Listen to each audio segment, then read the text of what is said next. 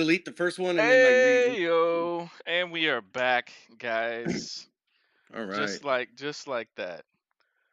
Let us know again if there is any echoing. There should not be, but if so, yeah. I mean, look, we just got rid of all the tired, bad, terrible stuff we said at the beginning. The stuff that's gonna get us completely fired and thrown off the platform. Yeah. That's going away. We're hiding that deep in YouTube. All right, man. So you were If you going want to to hear hit it, us. subscribe and Hit up that Patreon that's hit the non-existent. Patreon. Buy me a Yeah. coffee. Yep. Yeah. Uh-huh. Yeah. Hear all the Uh things that were too controversial for YouTube guidelines and policies and standards and practices. Okay. 100%, like he said. Let me see. Let Fantastic me Four see. review summary synopsis. You were hitting that up first. All right. Are we back? Are we live? We should be. It probably will Okay, be I good. see it. Yeah. Mhm. Okay, cool. All right, I see it. Okay. All right. Fantastic Four, first steps.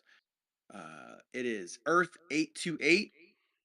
We are told that at the very beginning. It says on the bottom of the screen, Earth 828. So that tells you immediately that it's some version of Earth that is not our version of Earth. This Or version the of Earth is, MCU version. yes, yes, yes, Mm. yes. Ostensibly the MCU official version of Earth, where everything takes place in the first 5 phases. This is taking place in a different alternate dimension, different version of Earth. And this version of the Earth is kind of like the Jetsons, the 60s, the Jetsons ish, kind of. Kind of. Uh, really, everybody's kind of living in the 60s except for the Fantastic Four family. Mm. They're living in like this Jetsons version of uh, the 60s. And so they are a family and a friend, I believe, who went up into space to explore Derpity Derp. They came back with Derpity Derp powers, and now they fight um, criminals and evildoers in Derpity Derp, New York City. Yes. And so, It seems like it's their space, like they're the primary heroes in this area of New York, this yes, version of New York, helping out society, potentially even globally. yes. So they are world renowned, world famous, globally recognized superheroes, even though they primarily do their work in what appears to just be their version of New York City. Okay, so what happens is at some point, how would I? Okay, at some point, a child is born. This much is pointed to in the trailer. And at some point, a figure, a character, a being arrives to tell them that their planet, planet Earth, is marked for destruction. There is a being that wants to consume the planet. And so the Fantastic Four, they go to meet up with this alien, this being, this force. And as a result of doing that, they are faced with a perilous, impossible choice. They make certain decisions, and as a result, we have a movie. We That's the got a film, guys. non-spoiler version of this movie, the non-spoiler Hmm. synopsis. Hmm. To give anything more would be to give even more than what the trailer gives. Because the trailer, you don't True. necessarily even know the name of the character. All right, so that's the spoiler-free version. All right. Very, very vague. Now we're going to get into some specificity and we're going to get into spoilers. So from this point on, spoiler alert. If you are interested in watching the film and not get spoilers, come back and talk to us once you've seen the movie. Come back and visit this. We'd love Come to back have you. again. Come back again. Yeah, Yeah. stop by. You can talk talk Chances to us. are the door might be locked, but just knock on the Yeah. screen door. Yeah. Like, Don't be we're like gonna try to be here like Mondays, you know, yeah, around the same time. you You know, know, we probably won't be not talking about the necessarily movie that you're wanting to talk yeah, about. You know, business hours, happy hour. I don't yeah. know. Well, just come by, find out. Mhm. All right. So Mhm. from here on, spoiler alert. Yeah. Okay. So how do we want to tackle this, Josiah?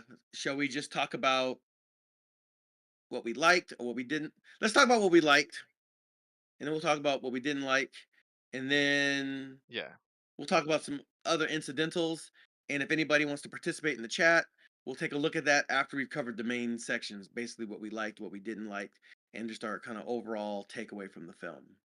All right, so Yes. And then yeah, you know, overall takeaway slash should you go watch re- this movie if you've not watched it, recommendation. and then get into the stuff that yeah when people have watched it. Yes. Okay, so Josiah, what did you like about Fantastic Four First Steps? I liked actually quite a bit of it. I was from the beginning digging. You know, look, I already know the characters. I liked the montage that they wind up creating, showing you, you know, their past and the combination of montage slash like talk show host sort of breakdown, just showing everybody who they are, um, showing some of the conflicts they've already gone through.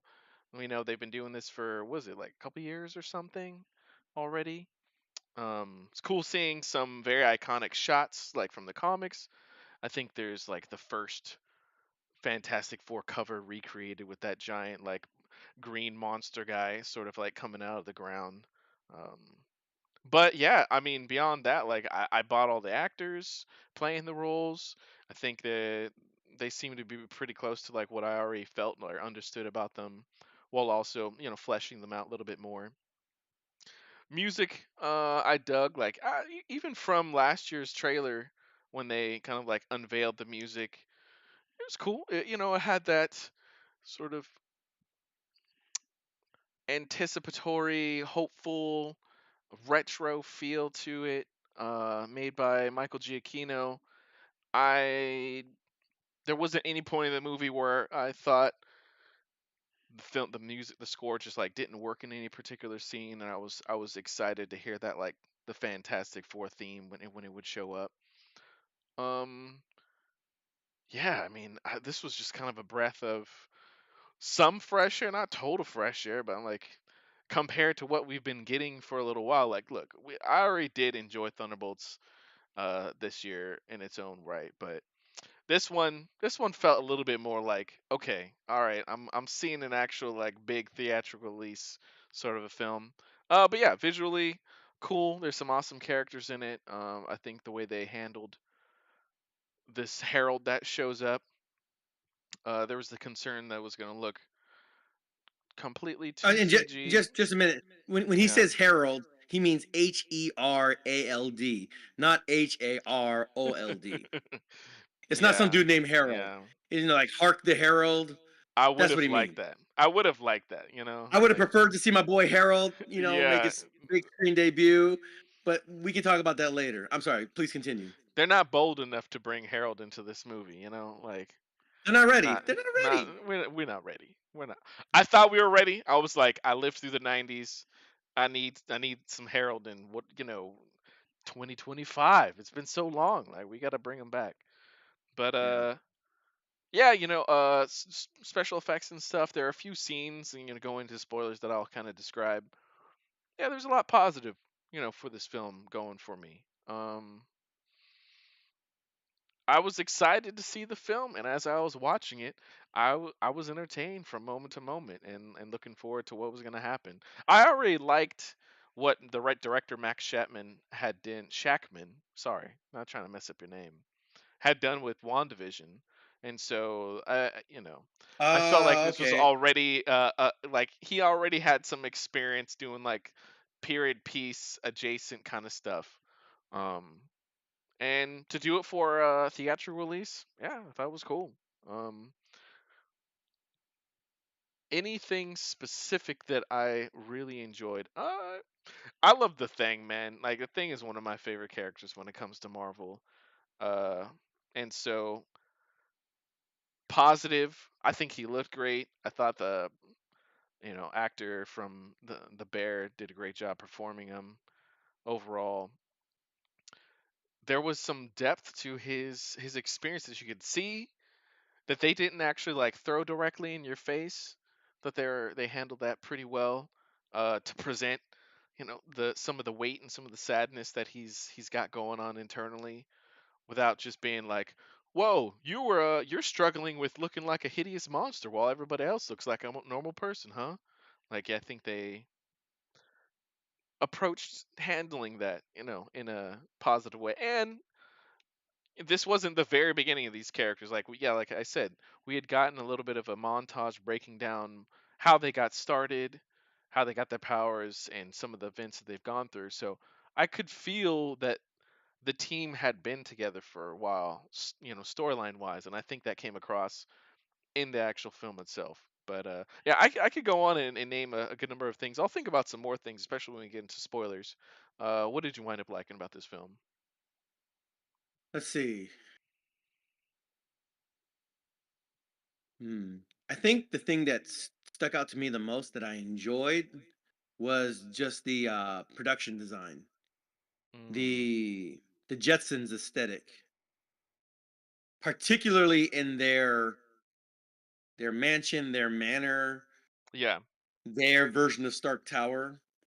Their future foundation building. Yeah, everything felt very 60s, very Brady Bunch. It felt very Mary Tyler Moore show meets the Jetsons. hmm I like the little robot with the little cassette tapes they put in. Herbie, yeah. Like, yeah, He's Kirby. yeah, he reminds you. He's like a little R2D2 like almost, but not quite, not fully. He looks like Wally. That's Um, true. Yeah. yeah, he kind of looks like Wally, a little bit like Johnny Five from Short Circuit. hmm Um, pray to God they don't reboot that. Sometimes the '80s just needs to be left alone. Mm, Separate hmm conversation. Sidebar. Yeah. But yeah, I like the special effects of the thing. I thought it was funny that they gave him a beard just to give him that rock grinder as a shaver, which I thought was kind of a funny thing. But then they just let the rock beard grow out. hmm Um, to your point, I actually did enjoy the fact that they didn't fully make him Eeyore, you know? Yeah. Yeah. Um, hmm uh, yeah, It's and they super didn't easy make to do Mr. with his character. Yeah, you're like, nobody knows the trouble I see. Nobody knows my sorrow. I'm glad they hmm didn't like they touched on it a little bit, and it's right to do so because in some ways, let's face it, he did get a raw deal. hmm He can't get married. Um, I don't even want to like. He probably can't have kids, but yeah, like We he did he mark can't this not live. for children, okay? All right. So if you kids are here, Yeah, that's on your own accord. Your parents are responsible. the things he just can't do, right? And Mm. so, um, and in a weird way, I kind of like that they didn't play on the cliche too much of him getting Yeah. angry and banging something and causing a big crater somewhere. Yeah. Um, hmm I mean, he did it once, like they put the baby locks on, he accidentally rips the door off, but then they make the little slatch, little swing latch. Yeah. Um, okay, that's fine. Um, I feel like Pedro Pascal gave a pretty solid performance. His performance was probably my favorite. Okay. The other ones were fine. Um, yeah, Human Torch. I don't know. I don't feel like he was overacting. Mm. I don't know how exactly he's like in the comic books. I haven't read the comic books. I don't know Yeah. if they wrote him to be a little bit extra in just the way that he is. Yeah. It wasn't off-putting. I was just like, He's supposed to be a little bit. Yeah. okay, so hmm then no harm, no foul. Everybody seemed to be consistent with my what I've seen of the Fantastic Four, like in the Marvel, and excuse me, like in the Marvel cartoons or like little places here or there. Um, yeah, and we have a Silver Surfer in this movie, and I think the Silver Surfer has done well. Interesting choice for who they picked. They picked old girl from Ozark, so shout out to her. Um, Yeah. uh, yeah, I think it was a good pick. Um, I feel like this is the second movie, Superman being the first, where like there's a big plot point that hinges on the acquisition of a new language. And like, Hmm. oh, we got part of it, Yeah. and from that we can like expand and make a whole thing, True. Yeah. which is still ridiculous, Yes. Yeah. but somehow they did it in a way that just didn't. Maybe I just didn't care as much this time. I don't know. Okay. Um, Yeah, I think we could talk more about that in the spoilers section. To be fair. okay. Um. I Hit, mean, yeah. this is all spoilers. Oh, I thought you were doing more of what you wanted to, what you liked about the movie, and then Oh, we no. say recommendation or not, and then we get to spoilers.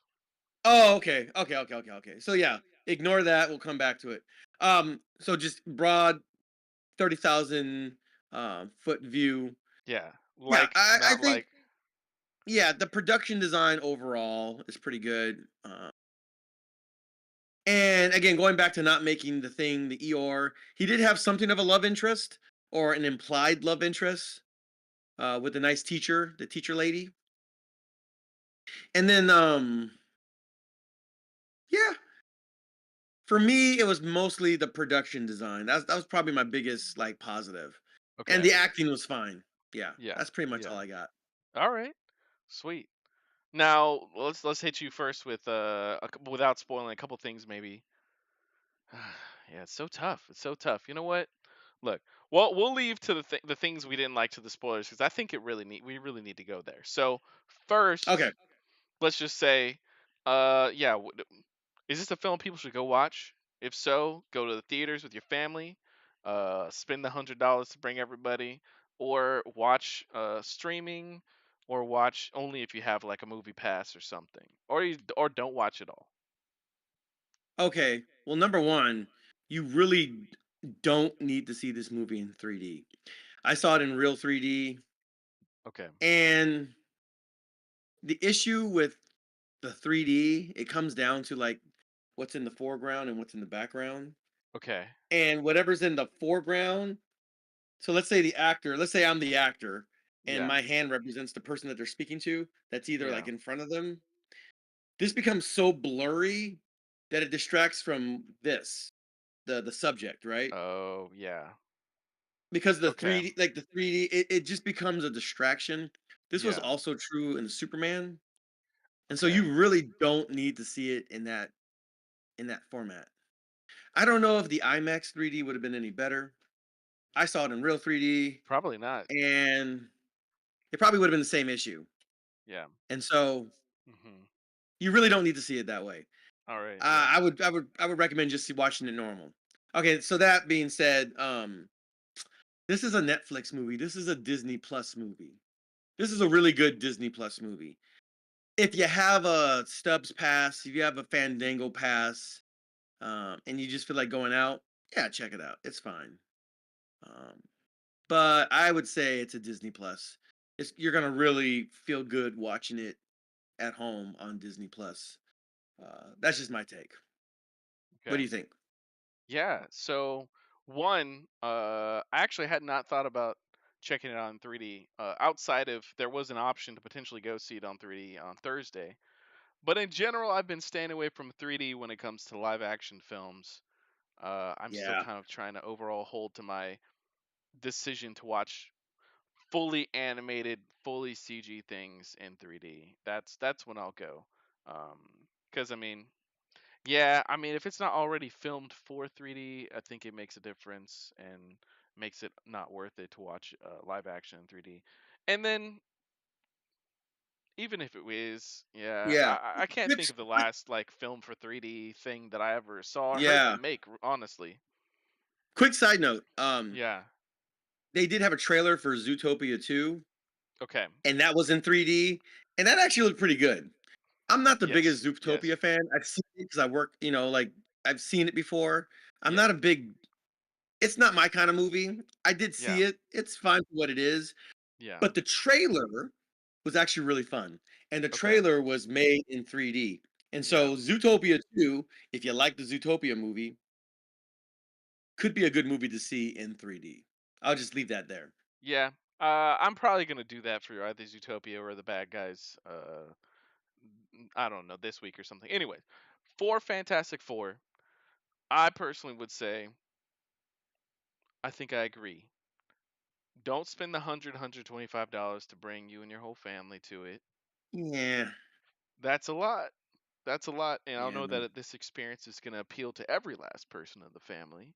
Um, but if you got that movie pass, you got AMC stubs, you got Fandango, whatever it is, it's definitely worth going to check out. Especially if you're already a fan of the characters, or Marvel Comics or superhero fan, in general.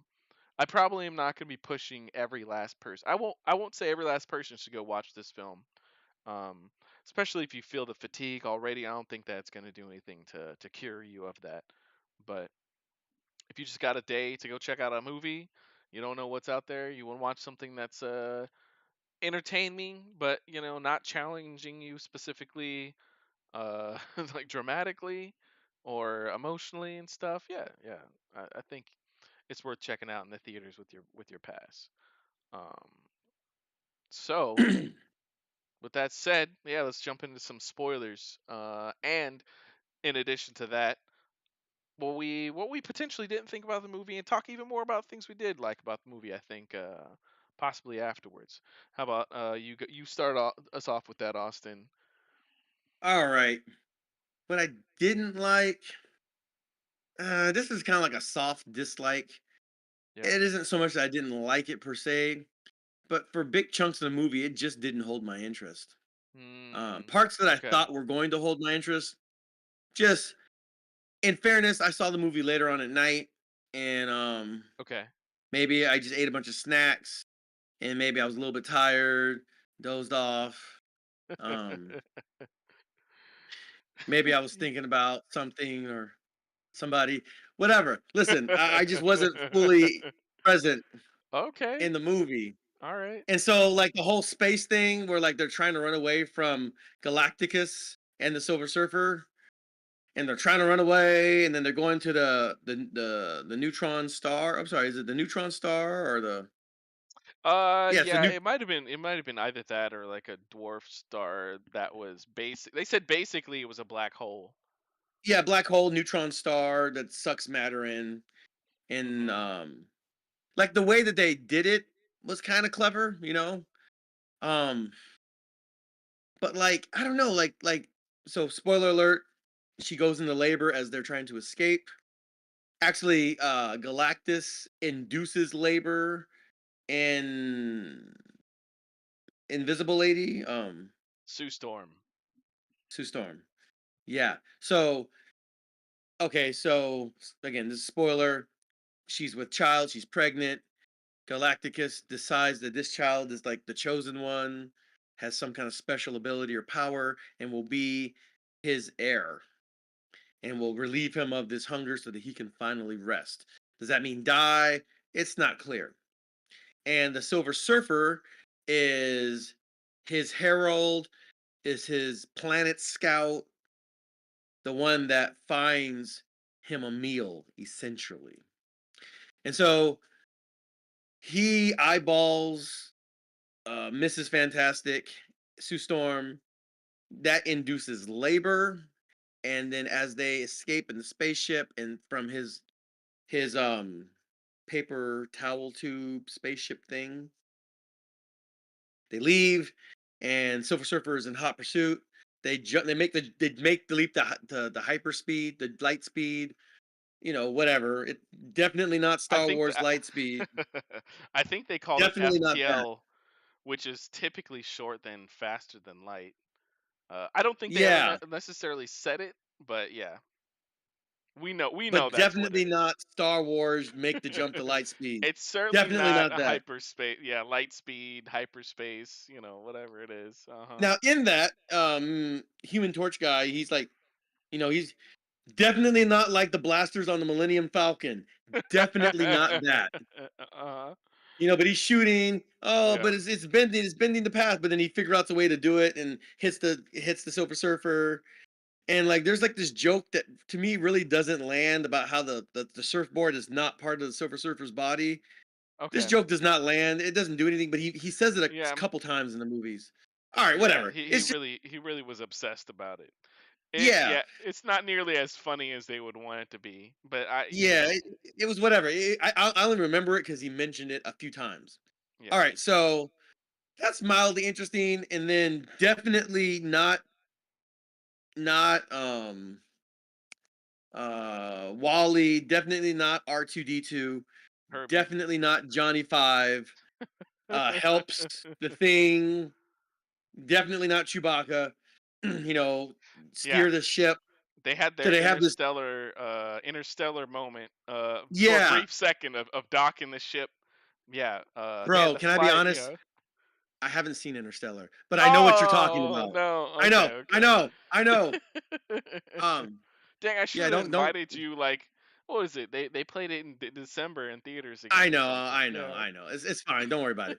Anyway, but I know what you're talking about. I know there's like this, there's a scene and all this stuff. Anyway, so Mr. Fantastic has this super smart, definitely not inexorably flawed idea to fly into a neutron star and then like turn on a dime and get out.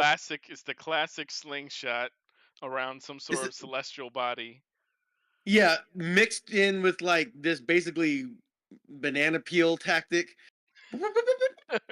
Oh no, Yeah, she's gonna be sucked into this black hole. exactly. It'll take her a month they said it'll take her a month to get out. What does that even mean? They How do they literally even said know that?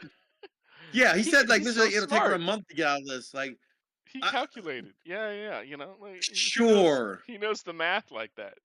this is the most Bugs Bunny math, like whatever. And so, but like it's actually kind of clever because like they're in this container, there's a spaceship, and it's in this container that has these extra thrusters. Yeah, And so what happens is as Mrs. Fantastic is going into labor, she turns the whole spaceship invisible. It's kind of a butt pull, but like she turns it invisible, so then the yeah, thing keeps going in closer and it gets sucked into the vortex. And then, but they flew out, but the Silver Surfer didn't see it because she turned it invisible until after they got out. And as she's like exerting yeah. her power to make the whole ship invisible, she Mhm. goes into labor Mhm. and he has to press her down to the table, kind of, sort of, because in order to push the baby out, you need gravity, but they're floating. There is no gravity. It's like this weird conundrum. It's actually kind of interesting, as far as like make believe science and inexplicable situations go. It's actually not too bad. I was nodding off during this time though, not because it was a bad Okay. idea. I just was like, I Sure. just personally, I if I know you're going to get away, if I know the baby's going to be Okay. safely born, Okay. ah, So you were to, peeling behind the veil a little bit, you know? Yeah, I just know that it you're was going to reading get into the resolved. plot points. Yeah. Mhm. So for me, I was Fair. like, all right, I'm already kind of tired, and I'm already kind of like dozing a little bit. Okay. Maybe I shouldn't see movies late at night. That's on me. But like, it just wasn't the most. And like some of the bigger emotional beats of the movie just weren't like super impactful for me. There's a Mm. point at which she goes out in front of their big building and she talks to the crowd that wants them to sacrifice the baby. That's the wager that Galacticus made. I'll spare your planet if you give me your child. They said no, and so there's a conversation about that. And she goes outside with her child, and she doesn't get mauled by the mob. Somehow they all sit Mhm. politely and listen to her give like this speech. But to me, it just didn't like it didn't make me feel anything. It wasn't super Yeah. impactful to me. It wasn't a Okay. bad speech. It just didn't register. Yeah. And then yeah, I It got a couple wasn't as other things. rousing a speech. Yeah, yeah. Okay. I'll play off a couple of those things. Yeah, Yeah, so I thought Galactus, man, already I, everybody that are fans of the comics, fans of the character, and have thought about him. potentially being brought to live action, let alone experience him in a live action when that last in well 2 movies ago and experience that yeah terrible representation. No, that he's a potentially very challenging character to bring to live action to bring into a movie. So like we celebrate on the one hand that he was fully represented as this giant humanoid character like he is in the comics. But also recognize that this this kind of villain doesn't necessarily resonate with people. Now, that said, I actually thought it was pretty dope how they introduced him, like how they wind up flying towards the planet after they've done their faster than light, jump through hyperspace, more or less. And they get to a planet and they're like, "Oh, this is where the Silver Surfer was tracked to. What's happening? Are they there? Oh, we're picking up on something." And then you see this giant, planet eating, you know, Transformers looking Devastator machine coming out of the planet, and they go invisible. I thought it was clever and cool how they, even though they went invisible, he still has tech to like pick up on them. Um, and then I thought it was awesome. Like, look, Silver Surfer comes out is basically like, you've got an audience with Galactus. He'll see you, and there was no reason for him to see them. I think he was already picking up. He'd already picked up on the baby inside Franklin inside Stu at that point. Um. Anyways, and like the build up flying through his ship, seeing all the like strange inner workings and contraptions of this like massive engine of a ship was cool.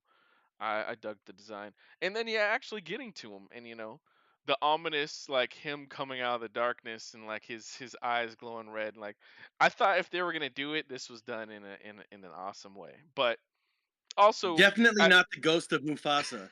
Definitely not that. no, yeah, certainly not. Uh, that said, like I can also understand, even though I enjoy that a lot.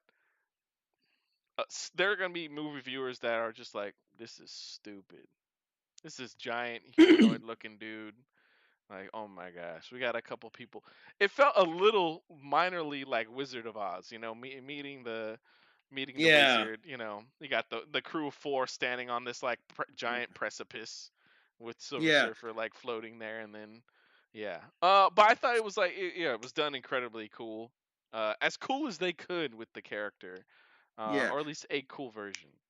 Yeah, give me like so here's my okay, and this isn't just my issue with this movie. It's Yeah. my issue with every movie, be it an MCU movie or not, that deals with like a gigantic monstrous character. Okay. I always feel like the physics are always kind of weird. Like I always feel like these big giant characters that you're supposed to be so afraid of that are so ominous, but they all move in like this weird slow motion. Yeah. Um and so it's like now in reality if they moved at the speed they were moving in like, Earth, it would just destroy everything, right? You know? It would just be Yeah. massive. So like they're just boom, boom, boom, boom. He's like stepping, crushing Hmm. things, moving things, but it all Yeah. just feels like it's in slow motion. It's just like I'm not scared of you. You look like you look like you're riddled with arthritis. Like why would I be afraid of you? Yeah, yeah. You That's a know? very fair critique. I mean, it's a problem that you even see and experience in like Godzilla and other movies. And Yeah. to be fair, I've thought about it a million times as well. Like, giants, yeah, they want to give giants the weight of being big, and that's why they make their movements big and slow. Um, I think what they're trying to play off of ultimately is like, I forgot what the scientific principle is, but uh I was just watching like a video the other day on why like animals jump to a similar height, whether they're like a horse, a human, a squirrel, and stuff like that. And it really just comes down to like some mathematical ratio of like muscle fiber to size. The smaller and lighter weight that something is, but then still having a comparable like muscle fiber like density and stuff means that they're Yeah. exponentially stronger, which on the other end potentially means like even though something is really big, It's weight. It's having you overcome so much weight, and so it winds up being slower. But I mean, that's if you're playing by like the already established rules of something on the planet. And I think technically something as big as Galactus would never survive under its own weight. It would just it would Mm, just it would just die. Its right. bones and stuff Okay. would be shattered. But so that so yeah, they're trying to play off of like real world scenario of larger people are potentially slower in some ways. Yeah, it doesn't always work for me. It doesn't work for me most of the time, but it's just kind of one of the things that people do in film and in cinema, and I do hope they do it differently someday. But it would be devastating. Like Galactus shows up and he's just like speeding through the city. I mean, it's almost game over for the heroes, but that I think Yeah. provides a more interesting kind of contrast. And yeah, this does touch on one of the things that I have a fault with the movie. When he does show up, he has some powers he shows. Man, he does the weirdest thing, and I guess it makes sense somewhat for the character. When he shows up, one, he's just like automatically out of the ship. I like this is not something that I picked up on he did with the previous planet. It seemed like the previous planet they just like bored through the planet and he's just chilling in his ship.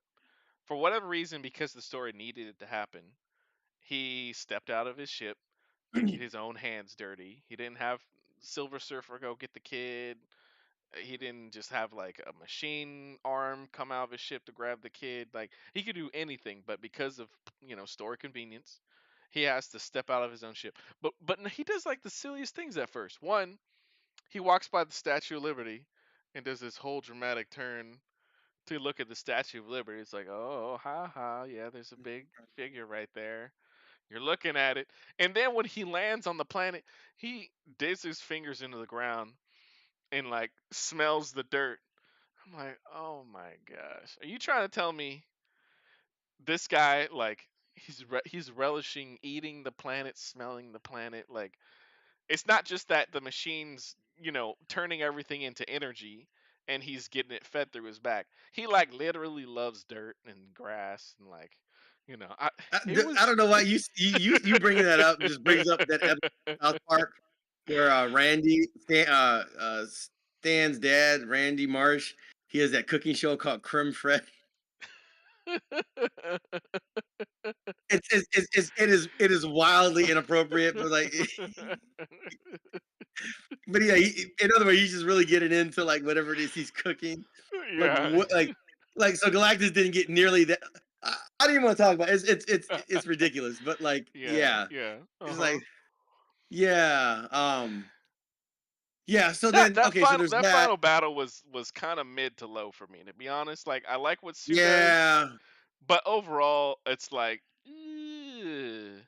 he's like walking all slow to the space that's like yeah, clearly lined out. He's a total but idiot apparently. He's got this big old machine in the square with caution tape lines all around it, and Reed Richards is right there watching with his like hand on this lever, uh yeah, getting ready to this go. cartoonishly large lever, right? Yeah, yeah, uh-huh. Yeah. Yeah. So okay, that just what happens just before that is one of my bigger gripes of the movie. Okay. So like they go through the whole trouble of like building these like teleportation things, right? To Oh, move yes. Earth Yes. somewhere, Uh-huh. as if that's not going to immediately destroy all life on Earth. But Oh, yeah. whatever. We Yeah, don't yeah. have time to think about that. Galactus is coming. And then like It's they their go through last all hope. this, yeah, they go through all this trouble showing you this entire montage. Yeah. And then the Silver Surfer, Yeah. first of all, Uh-huh. how fast did the Silver Surfer have to be like Mach 47 to like move like basically the speed of sound? Wait, no, forget the speed of sound, like the speed of light. Way, Like yeah. it's Yeah. like many times the speed of light to like cover that much and just it's like they all get destroyed. So like I hate it when they invest time in showing the creation or the production of something just to instantly have it destroyed. Yeah.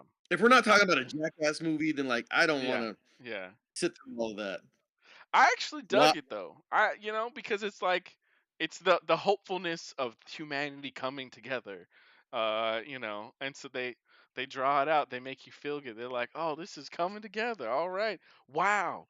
He really got all these countries to build these strange devices at their cost using their resources with zero effort somehow, which is a gripe, to be fair.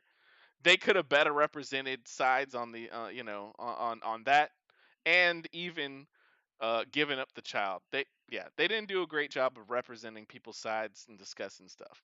Anyways, but like, I mean, you build them up, and then so it was super awesome for me. Silver All right. Surfer just like, nah, bros. you know. All right. Well, that was all But I for get you. nothing. I get it. I get it. I get All it. It right. does feel like all for nothing. Yeah. But here's my biggest gripe with the movie. Okay. This is not the first movie. God knows it won't be the last movie to commit this unpardonable sin of the hell spawn CG baby.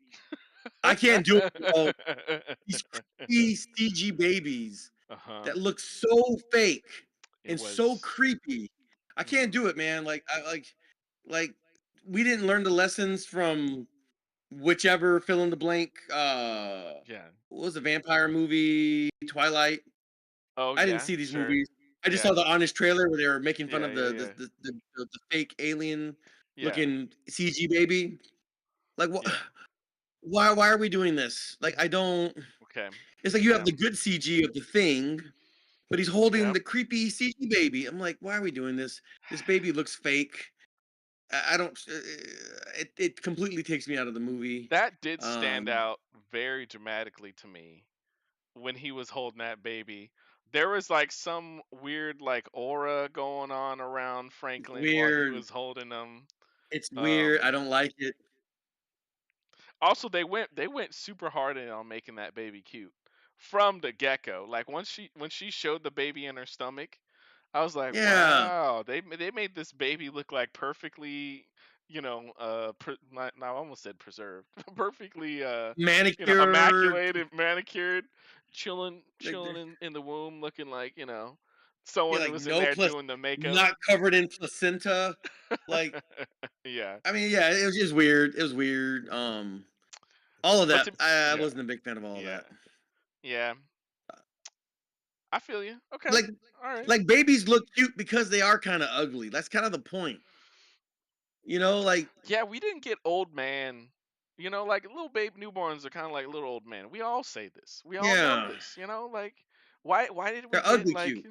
yeah, exactly. Maybe it's his superpower, his Yeah, power cosmic made him look like perfect child. yeah, this baby looked way too polished. It was unsettling. I didn't like it. Mhm. Um, it made me feel bad, Okay. and Yeah. I never want to see that again. Yeah. Um, no, I That's mean said. it That's was said. just not it's not good. It just like we don't need to Okay. do that. Like I would rather have a real baby like imperfectly crawling over some guy in a green suit in front of a green screen and then just superimpose or something. Or just let the baby be weird and like unpredictable like babies actually are. And just let the scene play out the way it's going to play out. You know what I mean? Get Yeah. a bunch of Yeah. different takes and cobble it together with a real baby. Yeah. Yeah, this CG baby's got to go. Like We got hashtag no CG knowing. babies. Yeah, that's fair. That's fair. I actually think yeah, they probably should just use real child.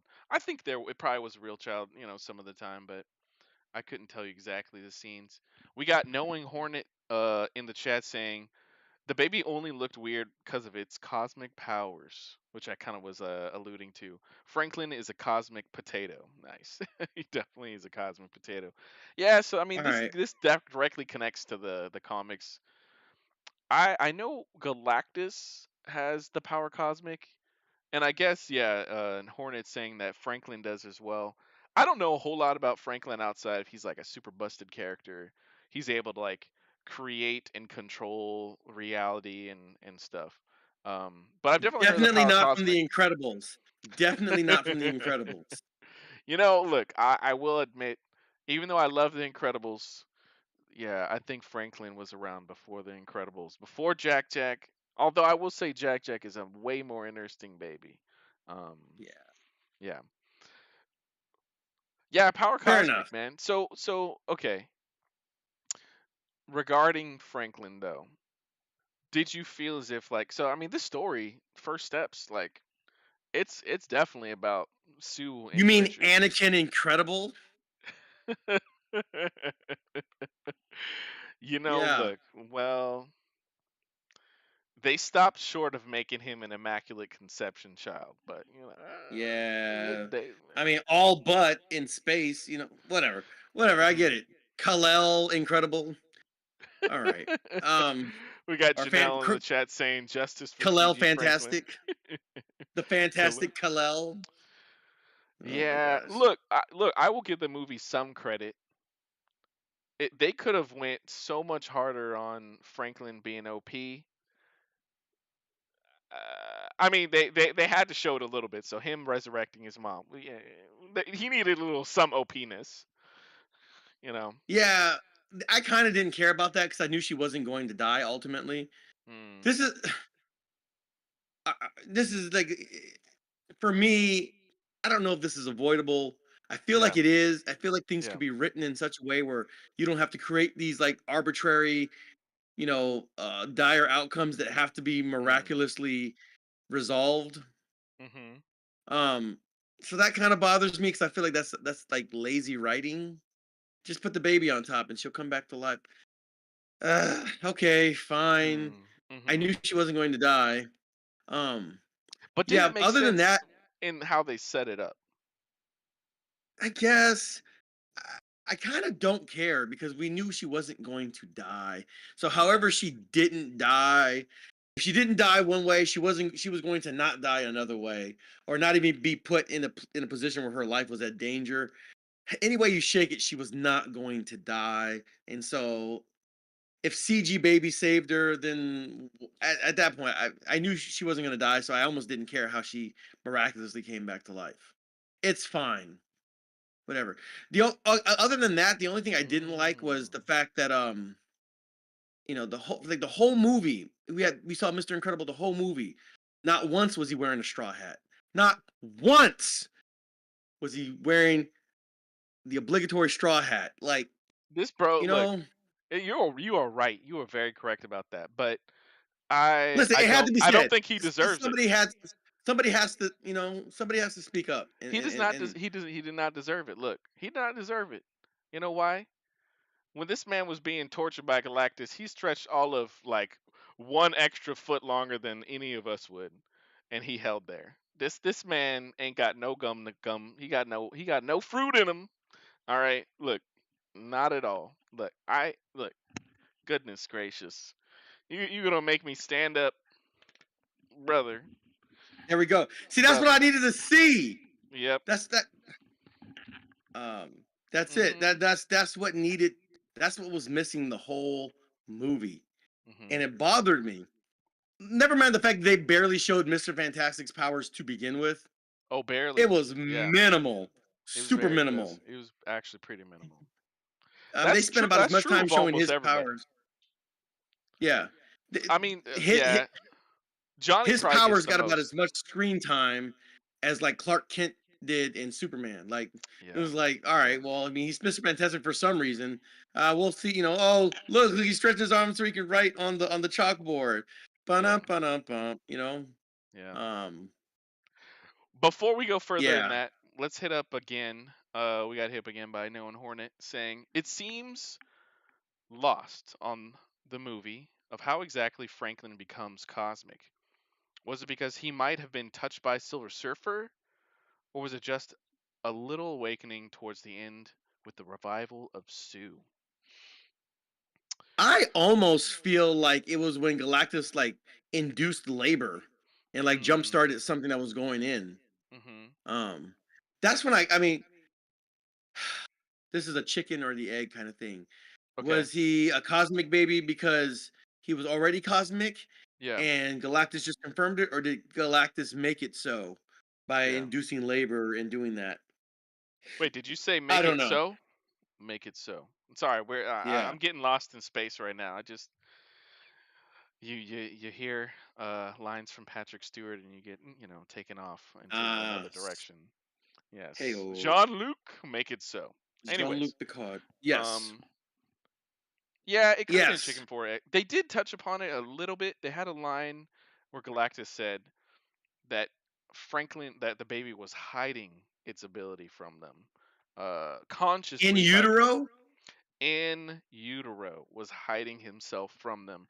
So, yeah, as far as like when the cosmic ability awakened, I think they're trying to say he just has it, like period. Um, which also, if you take that thought too far, then you're like, okay, wait a second. This kid is masking his ability. Is he like fully conscious of like what's happening, what's going on? He's just chilling in there. He's like, I could stop everything. I could save everybody.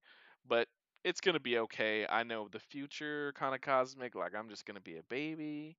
Yeah, we don't know the length of like his strength and ability, but at the very least it seems to be that Galactus is telling us the kid is hiding his power from you. Which is bizarre. Which is a bizarre one. Yeah. Actually, let me point to something now that we're in spoilers. This is kind of a tie-in to another movie, but it's something I actually Okay. kind of in a weird way liked. Yeah. So, spoiler alert, if you watch the Thunderbolts, Yeah. um, hang on. Excuse me. If you watch the Thunderbolts, at the end credit scene, That was Kevin we Feige talking see, bad about you somewhere. Sorry. yeah, we see the end credit scene where they're looking up at some satellite footage and we're seeing Yeah. the Fantastic Four ship. And so I Mhm. was naturally expecting the direct tie-in to that Yeah, we were. in this movie. Yeah. They didn't do it. In Mm-mm. fact, Nope. the end credit scene for this movie was a super underwhelming, 60s cartoon homage to the Fantastic Four. Oh yeah, the final credits. Yeah. It was just like yeah, we saw the thing section of that earlier in the movie. They just played the whole intro for us. Yeah, in credits. Yeah. It But it was was the real mid credits whatever. that was the real. The mid credits was the real, extra Yeah, ending section. with the Doctor Doom kind of Victor light Von reveal. Doom. Victor Von Doom. Mhm. And so, Which they actually um, alluded to earlier in the movie when they showed there was a Latveria. Sue was given a speech like at the UN or something oh basically. yeah, yeah, yeah, yeah. The Latveria fictional was country, like, missing. Yeah. yeah, Hmm. and is that supposed to be That's the Robert Downey country. Jr.? Yeah. Yeah, that's the country that Doom runs. Where he's a dictator, but apparently it's typically like the best run country of the world. Like he Right. runs the country immaculately. All that he asks for is that he's worshipped by his people. Got it. So at some point that's going to become an issue, and then they say that the Fantastic Four will return in Avengers movie. I forget the name of it. Mm. It's gonna be Avengers. Doomsday. Yeah, Doomsday. Hornet is Uh, thinking there's a popular rumor that Doom would kidnap Franklin at that point and they fall into the 616 universe. But yeah, take it with a grain of salt. That's possible. I mean, the that scene we saw in Thunderbolts, yeah, I'm 100% sure we're gonna see it, in Doomsday. So, sure. yeah, which I think is So, kind of cool. I'm fine with yeah, it. that's fine. Yeah, Totally fine I with was, however that all gets resolved and plays out. That's fine with yeah, me. I was low key expecting they fail against Galactus and they wind up like jumping to Yeah, the 616. Lee. But I guess Yeah. it doesn't make sense on the one hand because they weren't gonna leave. They're gonna stand and fight. So, um, And Galactus isn't dead. Galactus can always come back in a no. later film and Oh, do 100%. stuff. Yes. Whatever. Yes. Same with Silver What I was, Surfer. Hmm. yeah, what I was gonna say was, Unless he kills her, like he could literally just kill her because yeah, they're obviously in the same place together. But they could write yeah, however they want. Like as she's knocking them through the portal, they get separated. Across right. dimensions or something. So going back quickly to the whole giant physics thing, Yeah. two thoughts. Number one, Okay. All they gotta do is get like somebody, some 7 foot tall person, and have them like rampage through like Legoland or something, and just film it, and then just wireframe that. Number two, it actually makes me respect the people that were behind the movement physics of Thanos. Because Yeah. Thanos, he's not a giant, but he's a larger character, and I feel like they did the physics of his movement really, really well. Yeah. And so, shout out to WetaWorks, Digital Domain, and Industrial Light and Magic, baby. Um, Mhm. all the different teams that were. I'm sure there's a whole bunch of other teams that worked on it that I don't know, but like all those people, very cool stuff. Um, Other than that,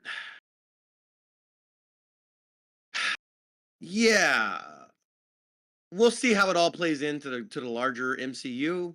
Yeah. Um, I really don't have any theories or thoughts on it. Um, but yeah, uh, and was it John Krasinski? He played Okay. Doctor Mr. Incredible, and was it Multiverse of Madness? Fantastic. Yeah. Mhm. He played Mr. Fantastic. Is there going to be some interplay between those two characters? Interesting. I think What so. did you think about Mole Man? He's dead. Oh, oh yeah, yeah, but time and blah blah derpity derp, whatever. Yeah. Maybe, who knows? What do Yeah. you think about the Mole Man? I actually did like Mo Man. Utterly ridiculous character. Yet again, another connection to the Incredibles we want to experience him. But it technically, yeah, happened in Oh my Fantastic gosh, Four you're right. first. Uh-huh. Yeah, the digger or Yeah. whatever his name was. Yeah. Yep. Yep. Yep. So I mean, I gotta throw it out here. I got a little personal bias. I don't personally know the actor, but the actor does attend sometimes the same church services that I do.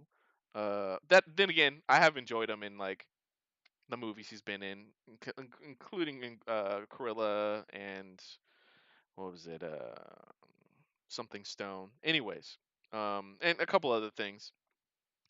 He's just ridiculous, man. Like I thought he did a good job, He- portraying yeah, this I awkward particularly like dude. the way. Yeah, I like the way that he snapped on Human Torch.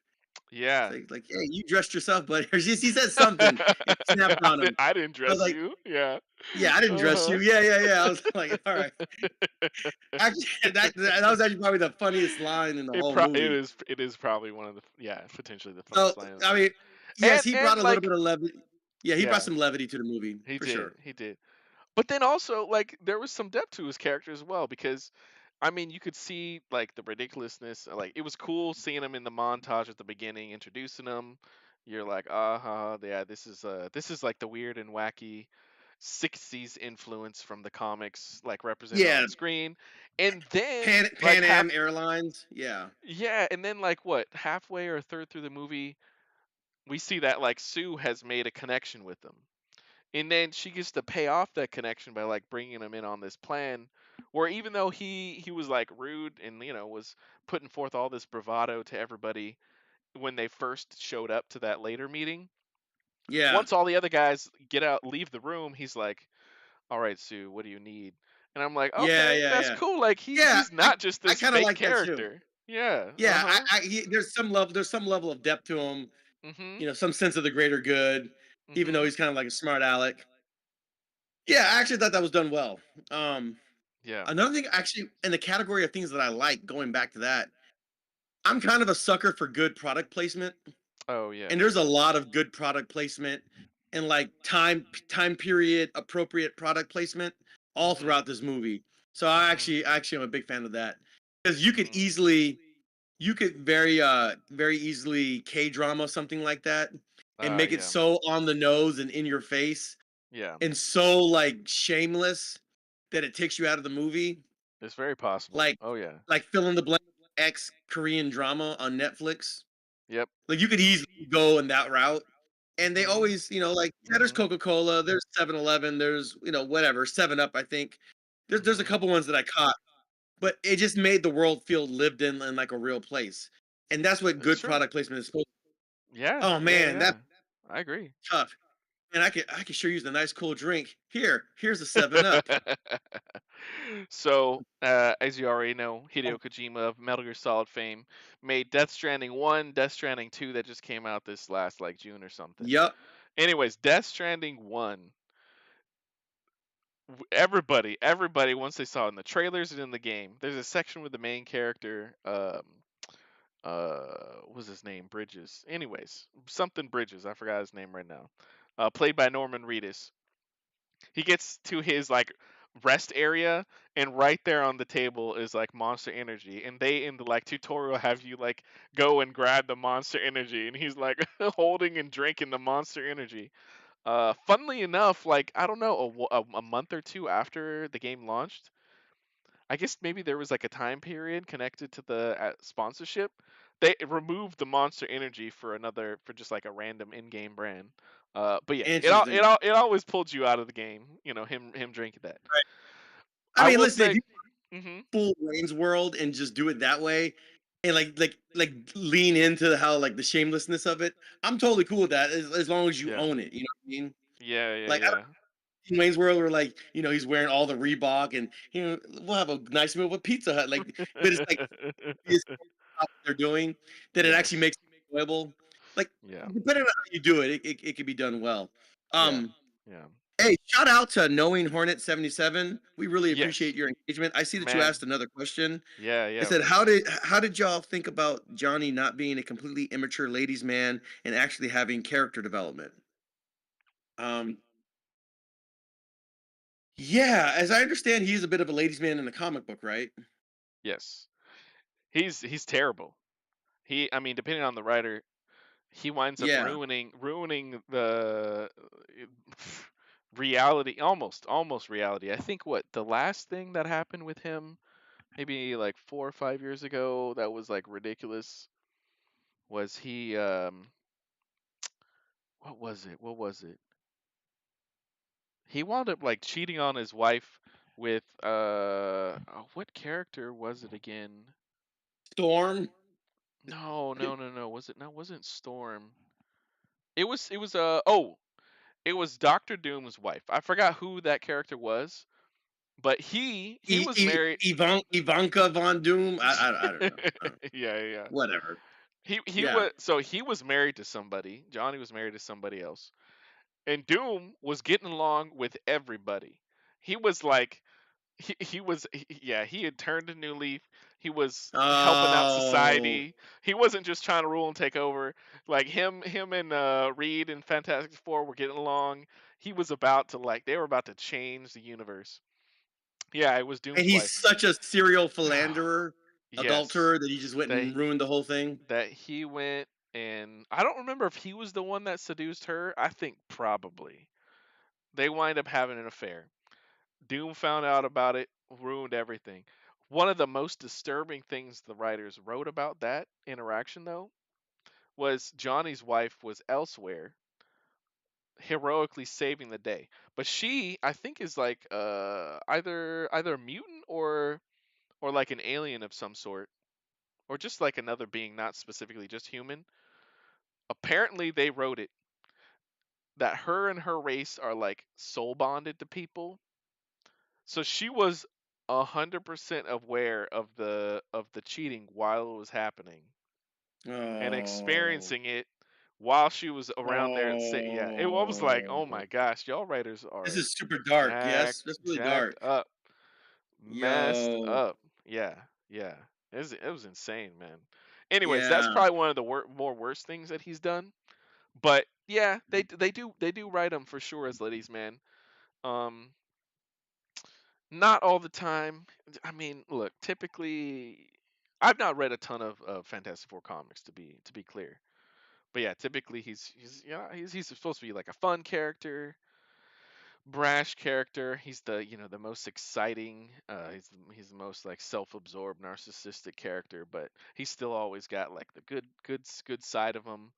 That they wrote was like, man, they were pushing him out there. But yeah, I think I was cool with how this character was portrayed this time. I still do think, yeah, like he did have a little something for Silver Surfer, even though he was saying that he didn't. I mean, he admitted it a couple times jokingly. Um, so the thing that I think might that I question like a tiny bit, and I don't know, potentially would would divide the fans of that character maybe a little more, is like his moment of like genius that he experiences, like you were talking earlier about, finding the hidden language and coming together with a Rosetta Stone of that other language of Shalabal's, his universe or planet's language, and then becoming fluent in it and all that stuff. That one I feel like probably is worse than like his not being as much of a ladies' woman as he could have in this film. I mean, because we already saw that in other versions. With Chris Evans, when he's flying around attracting all the girls, flirting with them, and So I was okay with him not being that strictly in this film because I think, yeah, he's not just a ladies' man character. I think it's totally fine for him to have layers, and you know, you could tell he was like excited about going out into space, but then also excited about trying to make a connection with Silver Surfer. But yeah, discovering the Rosetta Stone of her language, maybe a little unbelievable, and connecting Worse to than that, that, yeah, worse than that was the whole yeah, scene where like somehow all the TV screens on all the billboards, they were all like simultaneously broad. Like I hate when movies do stuff like that. yeah, It's like he just does something on his watch and like, oh, now they all just broadcast. Like, oh, I hate it. yeah, I hate yeah, it. yeah, I yeah. hate it when movies do stuff like that. It's the worst. It's fair. It's fair. Maybe they could have like seeded that detail earlier in the movie that like Reed had designed something where it was possible. I don't know if that gives it away too much. I mean, How, it how would wouldn't he have be any known where worse Silver than Surfer, that the past the Silver egg. Surfer, was going to fly?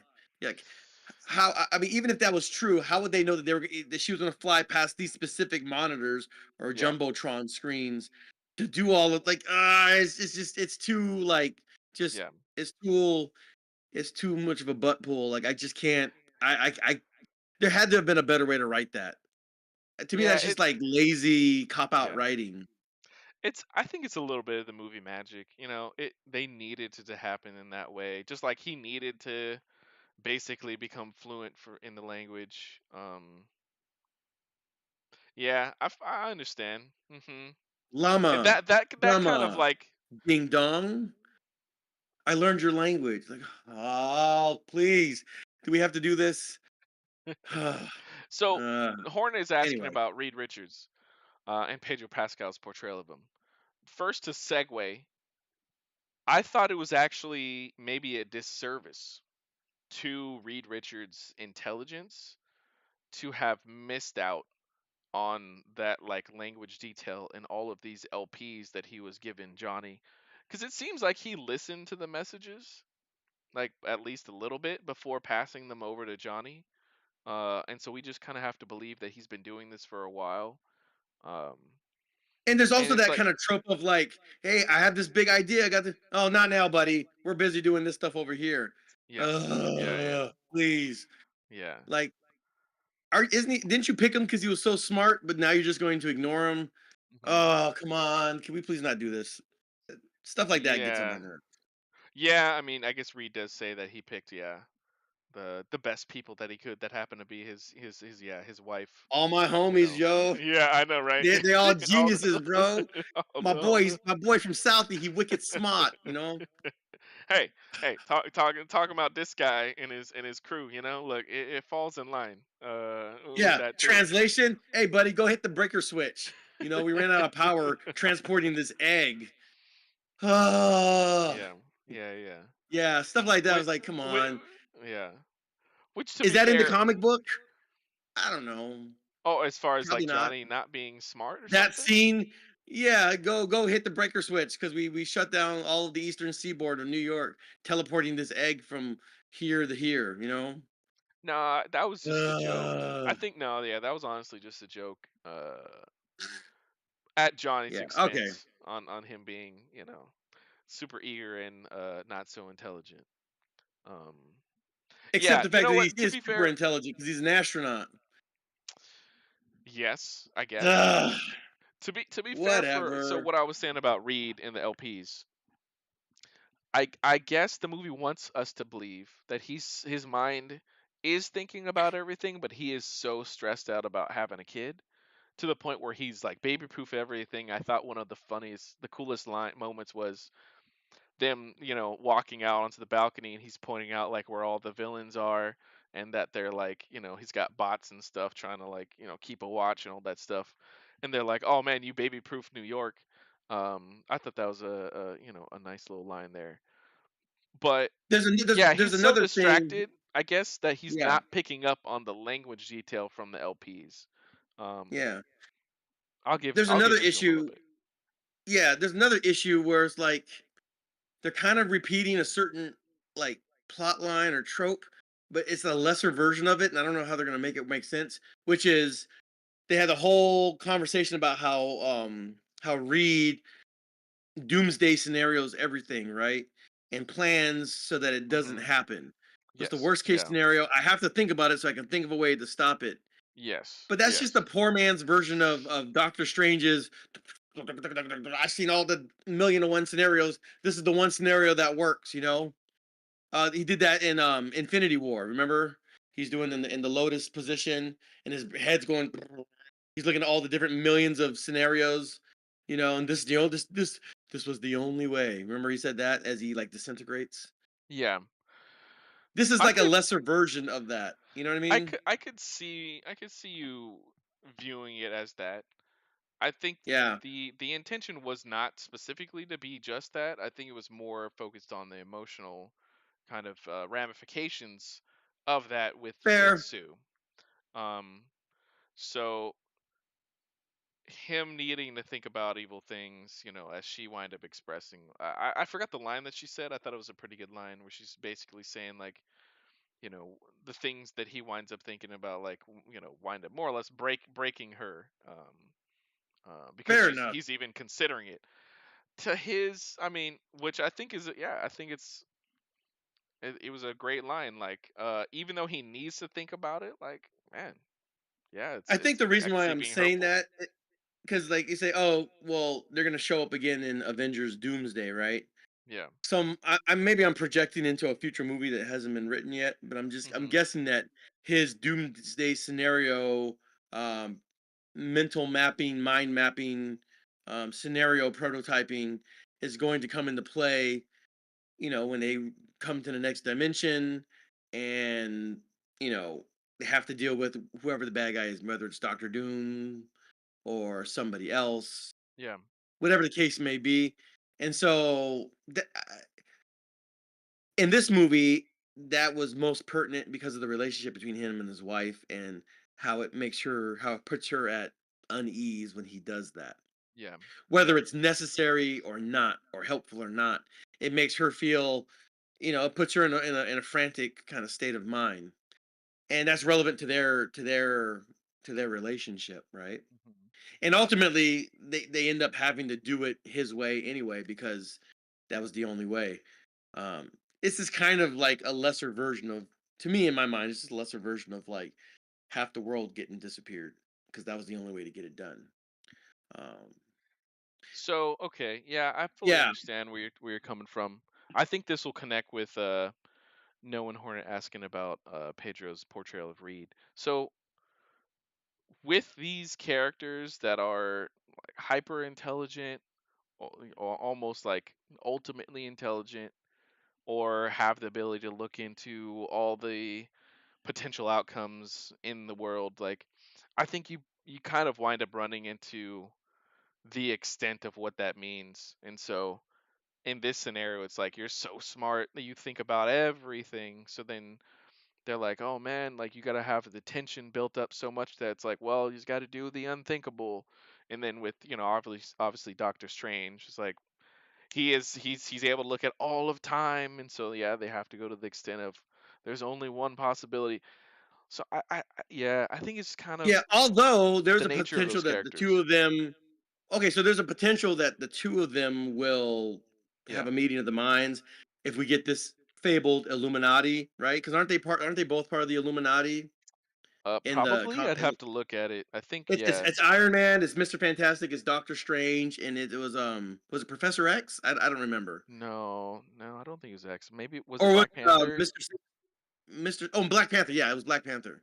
Hmm. So it's T'Challa, Mr. Fantastic, Iron Man, and Doctor Strange were, in the comic book, the original. Uh, so it could be Shuri in this version of it or Yeah. whatever. Yeah. Uh, and that's the Illuminati, Yeah. and which was supposed to be, the whole Planet Hulk thing, and he Yes. was deemed Yeah. a threat in the comic book. They can't do that obviously because they already did Yeah. Thor Ragnarok and all that. But Yeah. setting that all aside, Yeah. um, I'm fine with it not exactly following the comic books, like, sure, it's sure, they can do okay. their own thing. Yeah. But like, I was just thinking that might be a way that those two characters can come Yeah. together Mhm. and problem solve.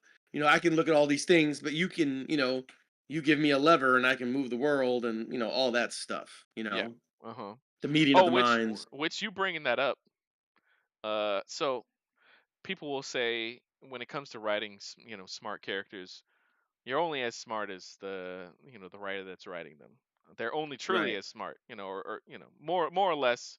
You can't be an idiot writing, genius characters because you're holding back your genius character. Anyways, with that whole lever and world, I was like completely surprised that he wound up making that statement, and it took him like a whole nother 10 minutes later for Sue to make her comment about moving the world basically, and him be like, "Oh my gosh, let me teleport the world." I'm like, goodness gracious, like you literally said find a lever and a fulcrum to move the world, and like that was the first thing you thought of, going anyways, it's a minor gripe. It's fine. He's the Yeah. problem is he's a genius. He should see that right away. Anyways, and that's kind of like, okay, I do think Pedro Pascal did a fine job playing the character, but I don't ultimately really like the character all that much. Like he's fine. I think it was interesting to portray him kind of struggling with fatherhood and with emotions and relating with his wife and stuff like that. I think that's probably one of the more interesting ways to cover this character, because in general he's not my cup of tea. I think Pedro did fine. He kind of, his performance I think was along the lines of, he's so intelligent that he's kind of a little bit removed from people, and that came through in his performance and his sort of like not monotone, but sort of like like Flat. execution of his like lines and stuff. There's a little bit of that like Oppenheimer kind of feel they wanted to give him a bit. But anyways, Hornet also hit us with I think we might have a setup for Doomsday where no matter how much they prepare, they truly have to take an L and make a comeback in Secret Wars, but who knows. So yeah, I mean it's inevitable. Like it's gonna happen. It has to happen that way because we know whenever they like announce these Avengers movies like back to back, I think it is only 1 year separated. Like I think at this point because of Infinity War, we have to assume they wind up taking an L and then making it back for Secret Wars. And they already announced that Secret Wars is like a soft reboot for the franchise. My total stretch, well, big stretch of a guess, and I think it could be very good if they pull it off well. Talk about Thanos and him being a satisfying villain because of the build up to that character. I think if they make this Reed Richards, I know it's not in the comics, but if they make this Reed Richards become the Maker, that could be a very satisfying villain to see.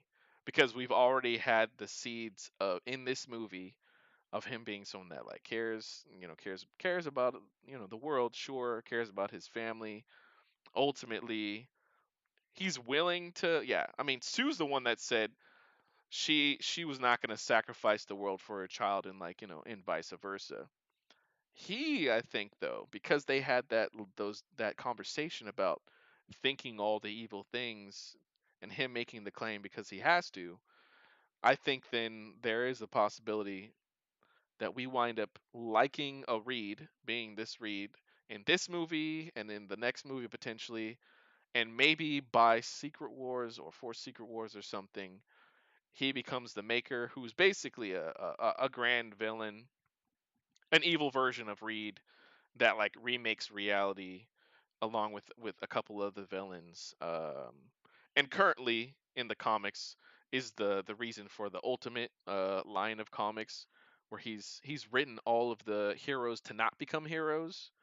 And then it's like a young Tony Stark and a few other characters that figure out a way to like give the heroes the option to become heroes, but like decades later.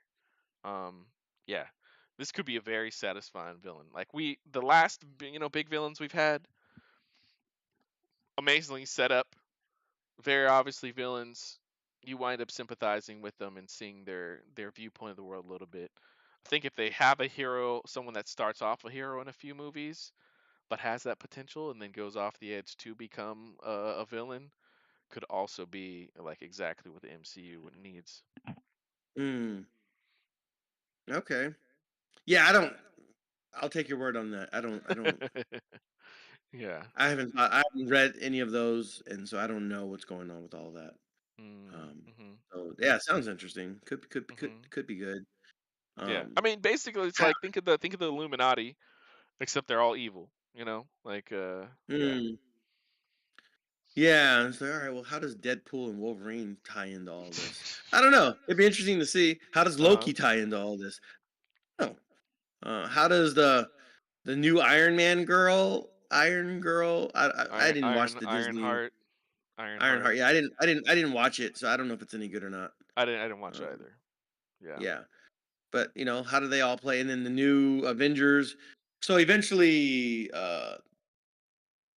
Eagle Hawk or slash Captain America and the Thunderbolts, they're gonna kind of like eventually kind of become one super group of the new Avengers. Basically, at some point, they're gonna make up and become one group, most I likely. imagine to some capacity. Probably not Right. like yeah, just like one and one becomes two, but probably to some capacity. Okay. Yeah, I mean, so all these things are gonna get worked out somehow. Um, and then, yeah, do we know how they're going to explain how Doctor Doom is Robert Downey Jr.? Is he from another dimension, and that's why? I guess that was maybe a surprising element of the setup montage for this film as well. Like typically we see that Doom is a part of that group that goes out there, which I guess still could be true because it's a Yeah. TV show host that's presenting the information. He might not have full information, so maybe Doom was with them initially and just it wasn't reported. Um, but yeah, I imagine like he's got to tie in some way directly connected to the Fantastic Four, not just like he showed up at their place and took Franklin. Um, I mean, if anything, I think it'd be more interesting if when we get to Doomsday, we see that scene and Sue and him like know each other and they have like a friendship and a relationship, and it's not just like him showing up to kidnap Franklin, like and it's like this terrible and terrifying moment. I think it'd be better if we see it play out where there is a relationship between the group, albeit strained, I'm sure, to some degree, because he's not showing up to help them in this film. Like, so there's got to be a strained relationship. But I think it'll be most interesting if we see that, like, oh yeah, there is like some level of care, former friendship, potentially, hinge relationship. So, anyways, Yeah, and maybe with Doctor Doom, we get the introduction of what becomes the next Tesseract or something like that. I don't know. mm, Maybe. possibly, yeah. I mean, they could have Franklin do something either because of himself or because of Doom or someone else. Uh, maybe Galactus does figure out a way back real fast. I don't know. It could be Franklin that's causing a multiverse dimensional problem. Um, we'll see. I mean, there's a number of ways that they can go about it. And So then Captain Marvel just comes in and saves the day. she could, she could, but I don't know. I don't know how much they are enjoying that character because connected to what Hornet's asking us, how do we rank this movie amongst the most recent Marvel movies that have come out? I know the Marvels is one of the flops that they've had over the last couple years, but I I would rank like Fantastic Four pretty high, pretty high. I think it was, I like Thunderbolts better. yeah, Um, to me, it was just a more fun movie. okay, yeah, Uh, I thought the character dramas were better, just for my liking, for my taste. mm-hmm, It was just a more fun. I just enjoyed the movie more. That's all. yeah. Um, it has nothing to do um, with Florence Pugh or any kind of like possible crush or whatever. I'm just saying it was a better Uh-huh. movie. Oh, Yeah, okay, yeah, yeah, yeah. yeah. So you're saying no gooning involved, like yeah. That's Whoa, what the kids call it nowadays, right? whoa, whoa, whoa. Let's go ahead and isolate that audio. Just like that. Get that out of here. No, No, no, no, no, not at all. No, no. no, no, no, no. I wouldn't say it. No, Yeah, no, it's no. no. I mean, I It's just a it's an appreciate her acting. appreciation. It's appreciation. See, I I just just said appreciate her acting. appreciation. You just Yeah, appreciate it. Yeah. yeah, Uh huh. acting. So anyway, Yeah. yeah, I like Thunderbolts better than this movie. Although I do like I just really like the production design of this movie, Yeah. This and movie looks so real good. that's kind of what really kind of drew me in. Um, Otherwise, it's a really good Disney Plus movie. It's a Okay. totally All right. yeah. What? So think. Okay. Let's think about the most recent ones. So there was this Thunderbolts. What was it? What was the last one before The Thunderbolts? Oh, Marvels, I didn't watch that Captain one. Captain Captain America: Brave New World. Yes. Yeah, there was the Marvels in a previous year. There was. Hmm. I'm starting to forget. It's starting to slip out my mind. I can't even think of the one that came before that. Was it Wakanda Forever or? Yeah, I don't. Oh, I don't remember. that was several years ago. That was like still phase 4 or phase 5. Yeah, 'Cause but I we think got this is one only like. Spider-Man movie out of that too. Yeah, I think this is only like the fifth or sixth movie like since that one. Anyways, Yeah, yeah, it's definitely better than quite a few of those. I sure. think Thunderbolts and Fantastic Four here are, yeah, amongst the best movies they've had in years. Sure. Um, what would have been my favorite since then? Before then, maybe Spider-Man: No Way Home, like you're saying. Um, Captain America was okay. it's Brave New okay. World was Yeah, okay. yeah. Like you're saying, that one also was like a definite a Disney Plus watch. Yeah, for sure. Um, I kind yeah. of feel like they all are. Um, I think, like you're saying, the production value for this though does was start to really high. earn. Yeah, it does start to earn the theater watch. Yeah. I think more so than Thunderbolts, but I agree. I thought the some of the emotional resonance between characters in Thunderbolts maybe was a little better, but Yeah, there's a lot of creative firepower in the Thunderbolts. yeah. People that, a lot of A24 talent Oh firepower that yes, the sure. Thunderbolts. I mean, in Yeah, one of the trailers, the cinematography person from this A24 movie, from this artsy fartsy movie, from this that from these more yeah, like critically acclaimed movies, that's how they were marketing the movie. yeah, And I think it shows in yeah, how the finished product came out. yeah. But yeah, So I think that's true. This film though, I thought looked really good, sounded really it good, did. and It looked above really, really all, good. like I felt like the characters did feel like a family. They felt like they knew each other. They had the chemistry with each other ultimately. Yeah, Um, especially Human Torch and Thing. I thought their uh-huh. dynamic was pretty Yeah, good. yeah. Mhm. They And they do certainly the did. whole thing where the robot goes bleep bloop bleep bloop bleep bloop, but they understand it just like it's, definitely not R2D2. Um, but he does the bleep bloop bleep bloop, but they know exactly what he's saying as if he's speaking English. I That think they whole did. trope. Yeah, I think they did reference that though specifically with Reed. like specifically knowing his language. I don't remember if everybody else did. Did everyone else understand him too? Like the Thing and Johnny and Sue. I remember if Johnny would like Mm. pet him on the head, like we saw the affection between the Yeah. characters. But I don't remember him. And he like thanked him when he got the was it like a grilled cheese, or was it peanut Yeah, it's butter like a jelly or sandwich. something? Yeah. Um, which also, like, I'm a little bit of a sucker when it comes to those kind of characters, so I liked Irby. Um, Yeah, yeah. Derby's a solid side character for sure. It fits, it slots in exactly where he needs to be, and doesn't really Mm, make much hay. So yeah. yeah, it's overall, I would recommend. This is a really really good Disney Plus movie. If you want to go Yeah. see it in the theaters, that's fine. Don't see it in 3D. It doesn't really add anything. Mhm. Um, if you already have like a Stubbs pass or a Fandango movie pass or whatever. Um, don't take the whole movie, excuse me, don't take the whole family to see this movie and spend top dollar for it. You might be a little That's disappointed if definitely you do that. pushing it. Yeah. Um, there's not a whole lot of movies that warrant that at this point.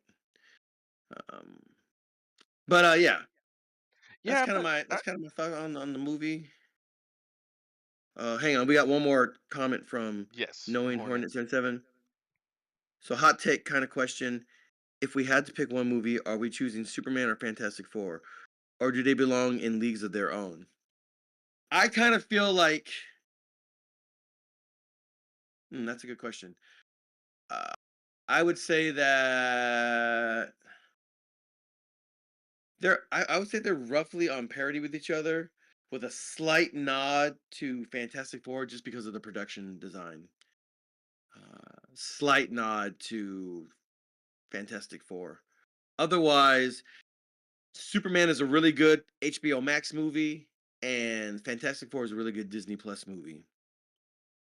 We're in this weird in Mhm. between because Marvel made all those TV series that were almost basically kind of sort of at movie level production quality. It really has blurred the lines in terms of like what you really need to go to the movies to see versus what you can just wait to see on Disney Plus. And so it's kind of a double-edged sword if I think about it that way. Shows like WandaVision, shows like uh what is it, Captain America and the Winter Soldier or Hawkeye and the Winter Soldier? Falcon and the Winter Soldier. Falcon. It was one of those birds. Falcon and the Winter Soldier. Like they all had really high production value for shows. Maybe like just a slight step below what a full movie would be. Yeah. Mhm. And so Disney kind of painted themselves in this box kind of to where like in Yeah. order to justify seeing it as a movie, it has to be like so crazy above. Um I didn't see the Eternals. From what I understand, and you can tell me because you did see this movie, like in terms of cinematography and production value, it's really high and it's really kind of got this artsy fartsy feel. But it just was overall kind of a boring movie. Is that kind of the takeaway from it Hmm. or the Eternals? Yeah, it's been a while. Because I I almost feel don't like I if don't that's the remember. case, It didn't feel when I watched it. It didn't feel artsy fartsy. okay. It felt kind of a little more straightforward. It it didn't feel specifically like everything around it, but yeah, wasn't the wasn't specifically amazing or anything. So, um, What I was saying was that maybe the yeah. person that directed that might direct a really good Silver Surfer movie. Maybe. Hmm. Okay. I do want to come back to Silver Surfer in a second. So Janelle says Fantastic Four was her choice between the two, watching it in theaters for sure. I would agree. Looks like Hornet liked Superman a little bit more because it connected to him more since it felt like the Superman he grew up with the animated series. Mm. Uh, I could see that. Yeah, I think they were both cool, but yeah, just in viewing, I wind up liking Fantastic Four more honestly as well. I certainly can see that Superman felt more of like an animated series kind of experience, with the multiple characters and just very a lot of stuff was happening. It was colorful, felt like Superman in a number of ways. Yeah, that movie had a lot more going on. I mean, this movie I think personally just benefited from you got the four characters you're really focusing on. You have Silver Surfer as well as a supporting character. Galactus is a far far far supporting character. Um, yeah, I think I just kind of like the production value better. Uh, I think the weight of the events of the conflict was clearer and more personal.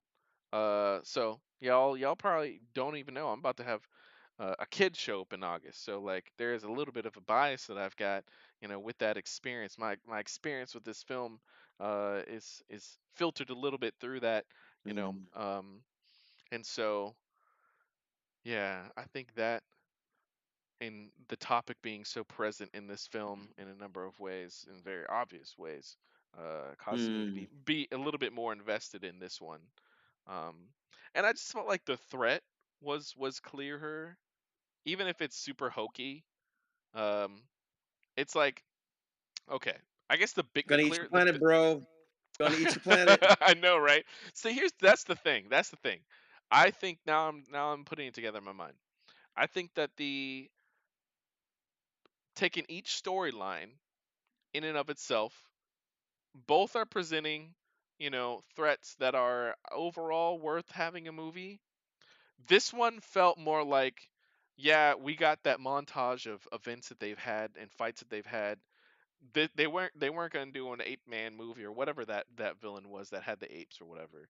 They weren't going to do a mole man movie. A Galactus event deserves a movie.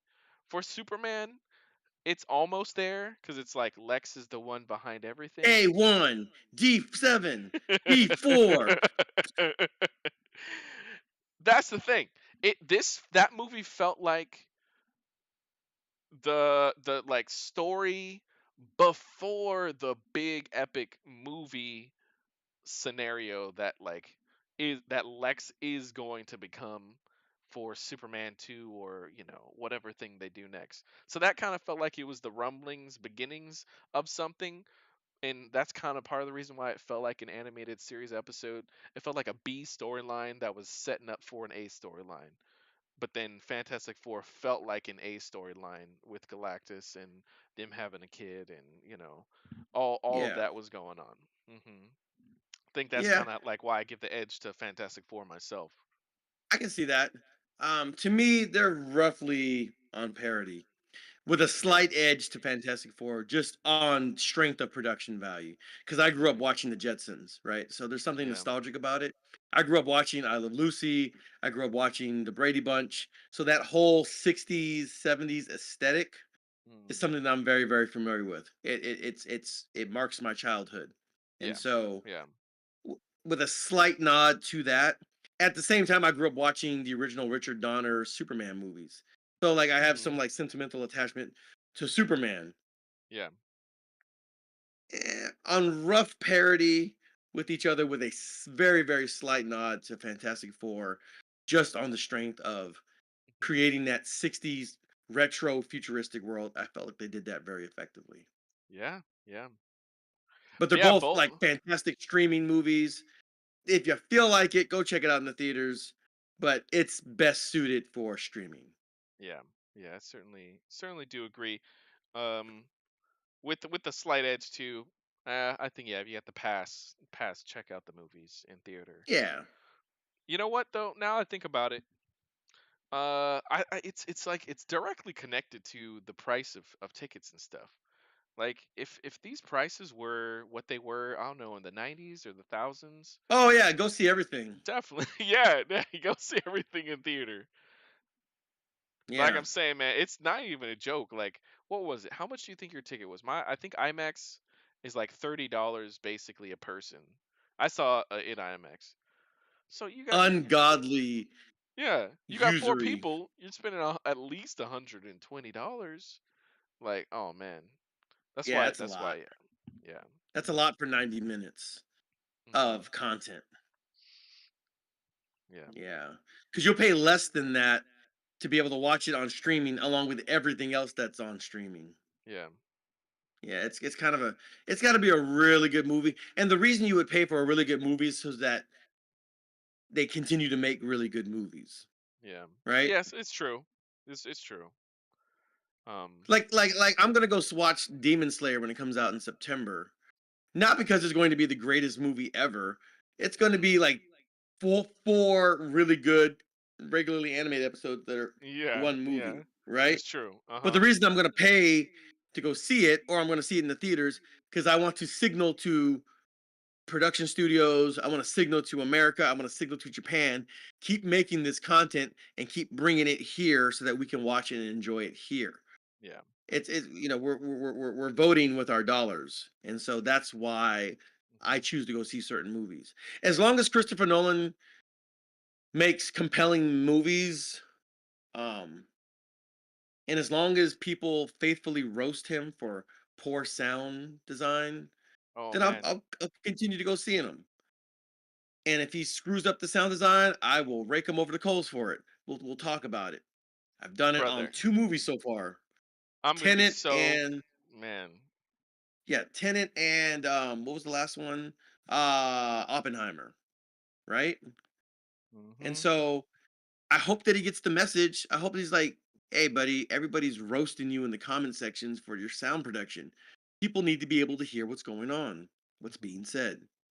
But the movies are very compelling, and I Yeah. want to encourage good filmmaking. Yeah. And Christopher Nolan is one of our premier filmmakers, and so Yeah. I want more of that, not just from This him, but from people at his level exactly. or who aspire to be at his level. That's True, all. true. I agree. I agree. Even new filmmakers that have great ideas, hopefully these, us buying into tickets or supporting movies will, help facilitate that a little bit too. Yeah. But on Christopher Nolan, super disappointed I missed out on that date those day one IMAX tickets for the Odyssey. Had no idea that stuff went up a couple weeks ago, but Oh, we'll gee, we'll I didn't we'll, know. we'll, we'll we'll watch it in a year. But I will say, you talking about his like sound mixing or whatever it is for his films. John Bernthal, one I think the main villain of that movie. Uh huh. Love that guy and his acting. Incredible Yeah, most he's of a the lot of time. fun. Sometimes he can be pretty quiet. I'm like, Nolan, please. We need to hear him deliver his lines. Like, my gosh. This is not good. You're Same thing making with me Tom have. Holland. Yeah. Same Uh-huh. thing with Yeah. Tom Holland. Yeah. Yeah. Yeah. So So, yeah, last thing I'll say from Hornet, regarding Superman, I think he had some personal issues with the edits and choices made in the movie. We agree. If you got the time, go and check out our Superman live we did a couple weeks back. yeah, we talked about You'll some you'll see stuff. you'll see all about that. But yeah, any last things? I'll say one more thing, dude. I like I like me some good compositioning and action in films and just exciting moments. Silver Surfer riding the like lava that was coming out of like Galactus's tubes, and then even riding inside the like space dust and the like warping of light in in the darkness of space or whatever. Major geek out on all that stuff, like seeing her actually like dropping Yeah. down like she was carving in the tube of lava and stuff like. Yeah. Silver Surfer was definitely a highlight of the movie for Hmm. sure. Yeah. I hope to see more of that Silver Surfer, or and other versions of the Silver Surfer. This is a Yeah. female representation of the Silver Surfer. Shalabal. Totally happy with that. Yeah, We'll get totally yeah, we'll happy with probably get that. Norin Rad sometime. I know, Yeah. I know that. Yeah, we'll there's male versions of it, and so I'm down for all of it. I thought this was again, uh, the Silver Surfer in this movie was a highlight of the movie.